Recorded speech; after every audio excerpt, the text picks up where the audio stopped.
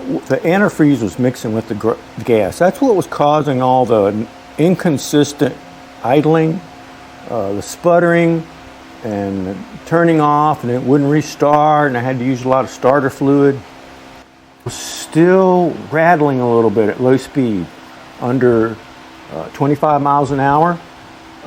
When I would open up the throttle a little bit, it would rattle, engine making a rattling sound until I got to over 25 miles per hour, and then it ran fine. I've had it up to 55 miles an hour 3 or 4 times now.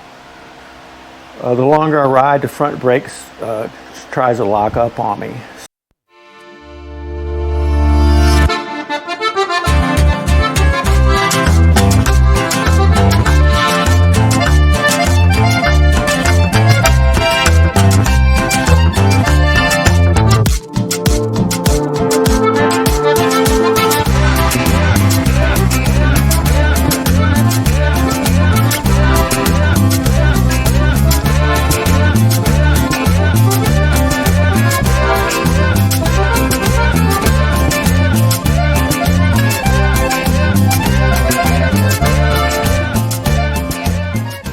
Got it all back together,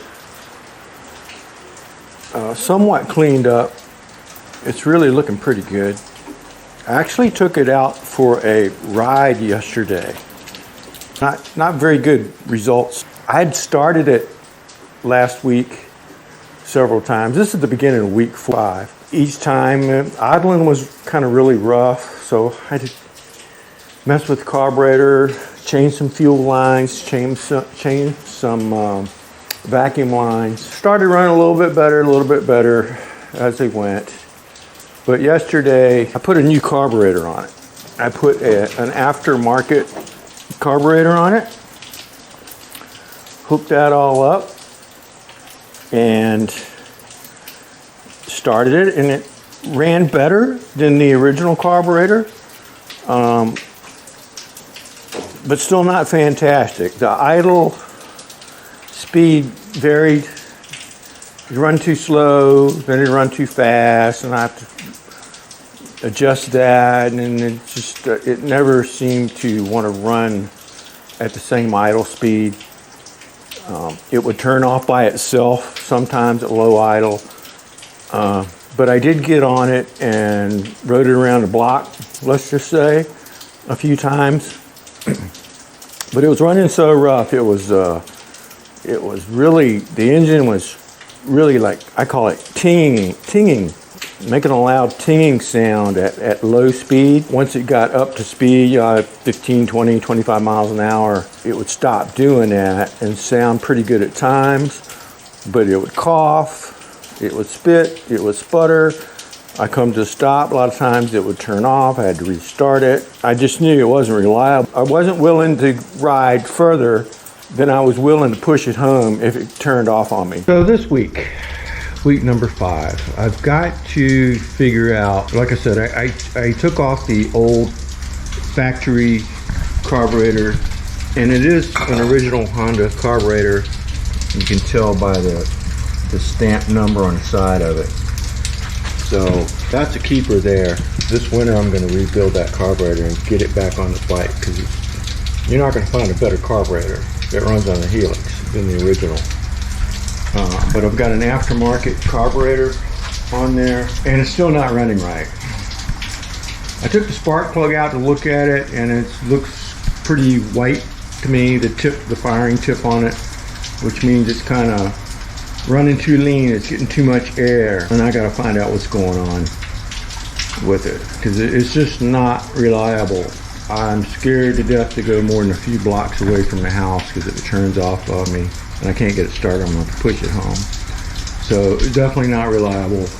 Still haven't put the new brake pads on the front. Got to do that this week. It's overheating also. A couple times last week I let it run for up to 5 minutes at a time, and I saw the heat gauge go up, and then it would come down, letting me know that at least the thermostat was working correctly. But yesterday when I went on my little ride towards the end, it was overheated, and it didn't look like the coolant was circulating. and all the lights on the heat indicator were lit up. So it was all the way to the top. I had to turn it off immediately. I even took the seat off and put a fan on it to cool it down. Don't want to do damage to that aluminum engine. And I never saw the radiator fan come on. So they've got a problem with either the fan itself or getting power to the radiator fan. The carburetor, I've got to work on this weekend, or this week.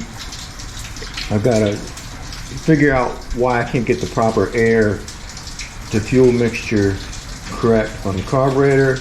I've got to get the front brake pads on. I've got to figure out what's going on with the coolant system and the radiator fan. But that's a load full. I'm not going to go over the whole carburetor with you, but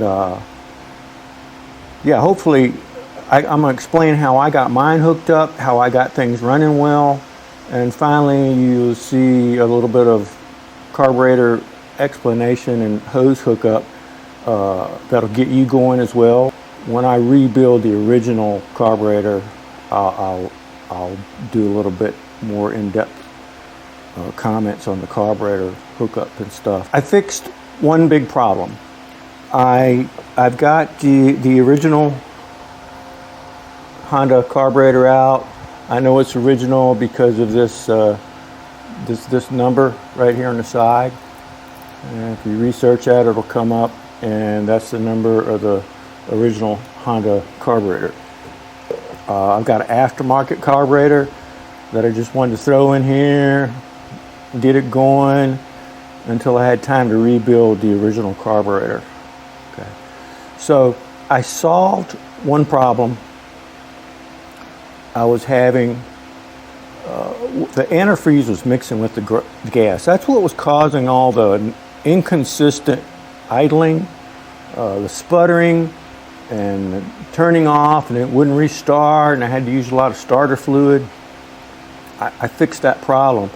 What it was, I assumed that the person I bought this from had the hoses to the carburetor hooked up right. I actually did start it with the original carburetor running on it. Radiator fluid was leaking out. Well, let me explain to you what I did, what was wrong, what I did. This line here, this is your thermostat right here. So the water will flow, once the bike gets heated up, the water will flow from the thermostat. It's supposed to flow through the carburetor, so this hose coming out of the thermostat is supposed to hook up right here in this nipple here. And then it's supposed to flow back out here to a line that goes all the way back to the radiator. When I got the motorcycle, this line was going in where it was supposed to, but the return line for the coolant going into the carburetor was coming out of here. And what was happening is every time I'd start it, or every time I'd try to top off the radiator fluid, the coolant would come out of here. And I thought this was a vent tube, and it's not a vent tube. This is the vent tube. When I hooked the coolant coming out of the thermostat to the coolant intake, and then the outtake line hooked it up to the line that went all the way back to the radiator, everything was working better. Of course, coolant mixed in with the gas, and I had to drain the carburetor of gas and get fresh gas. Let it run a little while and get fresh gas. But it started right up, instantly solved my stuttering and inconsistent idle problems because it was getting straight gas, not gas and coolant mixed. I decided to bypass the radiator into the carburetor. Now that's a separate, where the coolant goes into the carburetor, it's a separate chamber in there, so if it's hooked up right, it won't mix with gas. It's its own separate chamber. So it goes in, it heats up the carburetor, and then it returns to the radiator. What's that for is in really cold temperatures, it keeps the gas and air mixture from freezing. The gas by itself won't freeze that easy, but when it's mixed with air, what the carburetor does, that's a vapor that can freeze. I'm never going to ride in any kind of cold weather that'll ever even come close to that being a possibility that my fuel mixture will freeze. So I bypassed that. I took the line that came from the thermostat into the carburetor, took that off the carburetor, and hooked it to the line that came out of the carburetor. The coolant line came out of the carburetor, and you see I just coupled them together right here. It just comes out of the thermostat, the coolant comes out of the thermostat and goes straight back to the radiator. Bypassed that. This here is the fuel line, and this is the vent line to the vacuum chamber, I believe. So that stays open. You don't want to, I hear you don't want to cap these off, and you definitely don't want to cap the vent line off of the carburetor. To get a little better picture of that, I've got the old carburetor here. And that's the orientation of it, you can see.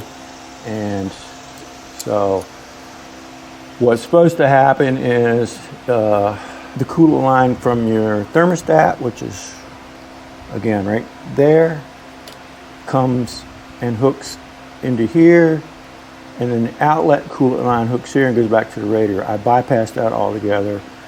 This is just this is where the fuel intake line goes right here. I got that covered. And this is your vent line right here. This is your bowl drain. So I had to, when I had the coolant and gas mixed up in the bowl of the carburetor, I had to drain that out. So open this screw here a little bit, and all that drained out of other lines on this carburetor. So on this side, this is where all the action is really. You got 1, 2, 3, 4, 5 nipples. There are 9 nipples altogether on here. This one here went to the emissions control system, the EVAP system they call it. This carburetor doesn't have that, which deleted the EVAP system, the emissions control system, which is fine because I don't live in an area where that requires emissions inspection on motorcycles anyway. Okay. Also up here, right here, this is a vacuum line that does have to be on, and it's hooked to, it hooks to the manifold that goes in between the carburetor and the engine. This is on the far side of this carburetor. So that needs to be hooked up. It pulls a vacuum on this air shutoff valve, which pulls a vacuum here. It opens this, when you start the motorcycle, the vacuum that pulls on here opens this valve, which allows a vacuum to be pulled on the vacuum chamber here. Let me see what else. So 5, 6, 7, and yeah, here's 8, here's 9. So on this carburetor, there's 9 little ports. Some you need to use, some you don't, which I just explained. The only one that this carburetor does not have is this one right here. And since I didn't hook this up with the new carburetor, I pulled all that off. And here, that's a big mess of stuff. I can explain all that later, but the original air filter's in there. There's a charcoal filter for the fumes. Basically, all this is to burn vent fumes that comes off the gas tank. Yeah, so then that's a big mess there. By taking that off, it really creates a lot more room around here. But of course, I still needed an air filter, so I bought this cone-shaped filter that fits right here. And I'm telling you, it runs a lot better now. Idles consistently at a consistent RPMs. It doesn't turn off on me. It doesn't sputter. Really happy with that. Still rattling a little bit at low speed, under 25 miles an hour. When I would open up the throttle a little bit, it would rattle. Engine making a rattling sound until I got to over 25 miles per hour, and then it ran fine. I've had it up to 55 miles an hour 3 or 4 times now. It seems like the faster I go, the better it runs. What I did was, I had originally filled this up with regular octane gasoline. So I took some of this STP octane booster, put a healthy dose of it in the gas tank, and when I took it for a ride this morning, there was a lot less of that low speed shattering. It would only do it up to like 10, maybe 15 miles per hour, and then it would just take off and didn't have a rattling. So I may put a little bit more of that in there, and then from now on just use premium gas. That won't break the bank because it only holds a little over 3 gallons, and you get great gas mileage on these things. So well worth it. I'll see how that does. That may solve the problem over time, over a few tankfuls. We'll see. But yeah, it's running good. I look forward to taking it out and going over 55. See how fast it will go in the future. So I've taken 3 trips now, 5 miles one way, 10-mile round trip. I've taken 3 of those trips, 10 mile. I just got back from my last 10-mile round trip. The first one, I went to my friend's house that actually he helped me go pick this up using this pickup truck when I bought it. And then the other day, since I had everything I needed to pass inspection, I went to the local Honda house and got them to inspect it for me. Pass inspected, so I was able to get it registered and tagged, which I'm legal now to ride around. And then today, I went out and did a 10-mile round trip. So each little trip's getting a little better. I still got a little bit of rattling at low speed acceleration. I'm hoping that will go away the more that higher octane fuel runs through the system. The biggest issue I think I have on beyond that is the longer I ride, the front brakes tries to lock up on me. So I only really drained all the fluid, the brake fluid in the front disc brake system, and refilled it with new fluid, and got the pistons so they were in the caliper, I thought working pretty good. And I think I may have overfilled the reservoir, the master cylinder reservoir. Halfway out on my trip, I had to stop and bleed the caliper a little bit again to get a little more free play in that. But hey, I'm legal, I'm good to go. I got a few little kinks to iron out, but I've learned one thing. Now that I've got it started, I only tweak one thing at a time before I take it for a ride and see what that does. Because if you make too many different types of tweaks and then you take it out and it's running worse or running better, you don't know what you did to make it run worse or better. So my advice, once you get it started, just do one little tweak at a time. Use high octane gas and take it for a run. Or use some of the octane booster, take it for a run. Or put a new air filter on it, take it for a run. Put a new spark plug on it, take it for a run. That's my advice. Do one tweak at a time as far as the fuel system goes and ignition system goes, and take it for a run and see what that does. And always start with a cheaper option first, like using premium gas rather than regular. And that could solve a lot of your problems. But anyway, I'm good for now.